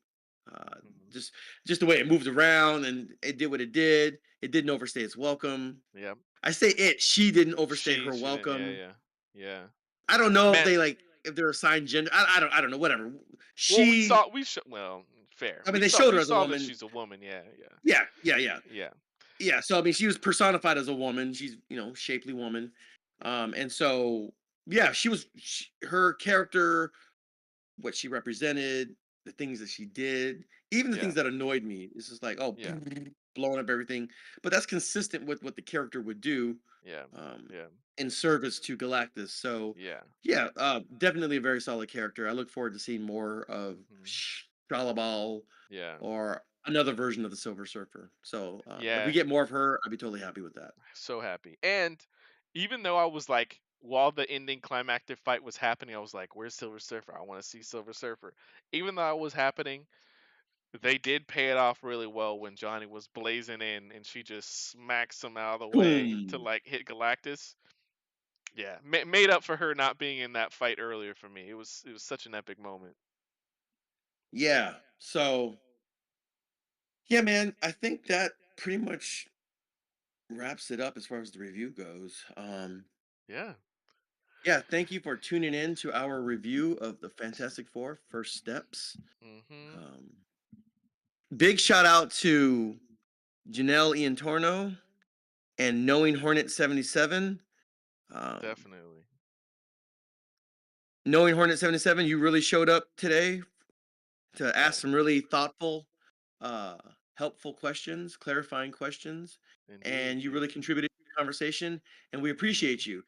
And we look forward to your contribution to future live streams and movie reviews. So thank you. God bless you. Have a wonderful evening wherever you are in the world.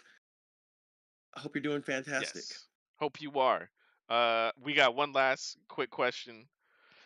So Comic Con just happened, and what's the next thing you guys are excited for?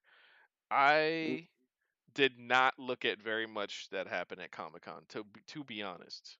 Um, so and that's partially because just busy, but then also I'll see the stuff as it transpires.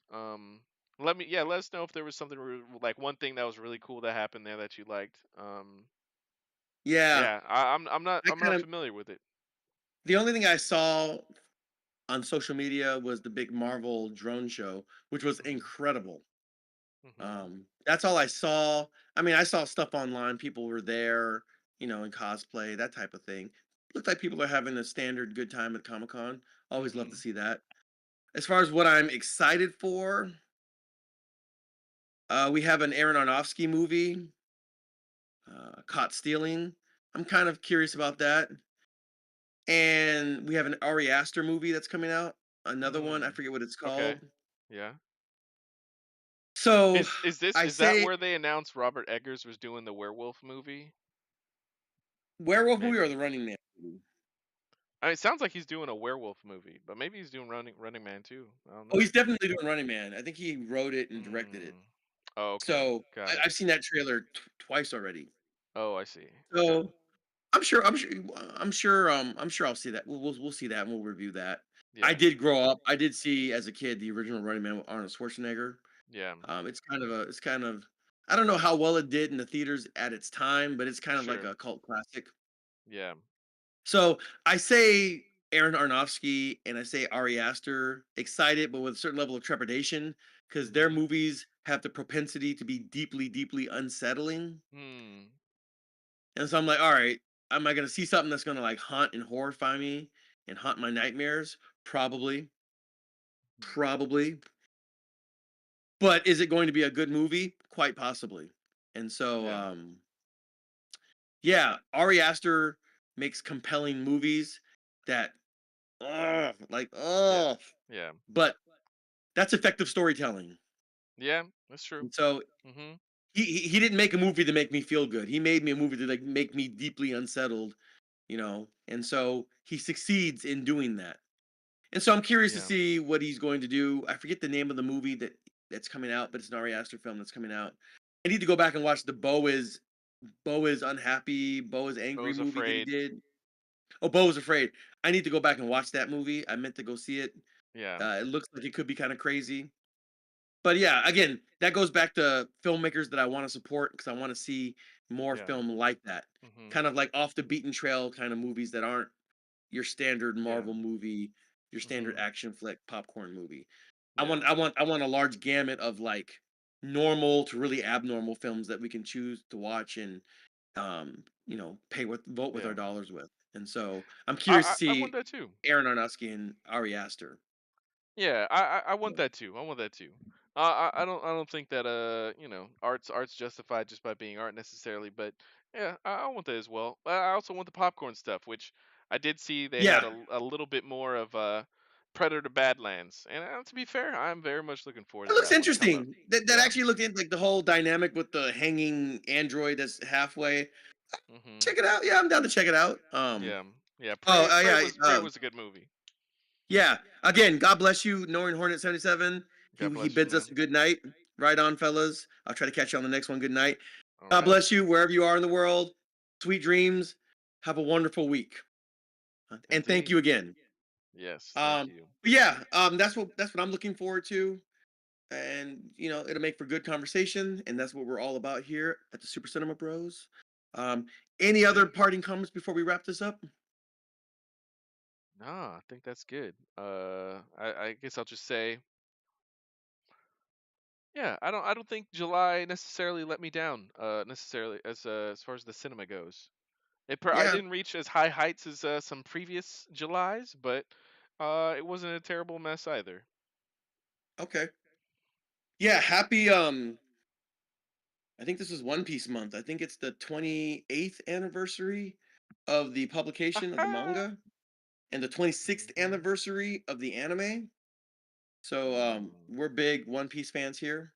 we are. Um, and so shout out. I think One Piece Day already passed, came and went. I'll have to check on YouTube on the official One Piece channel. But to Mhm. all the One Piece fans out there, um, this is our month. So uh, big shout out to Eiichiro Oda.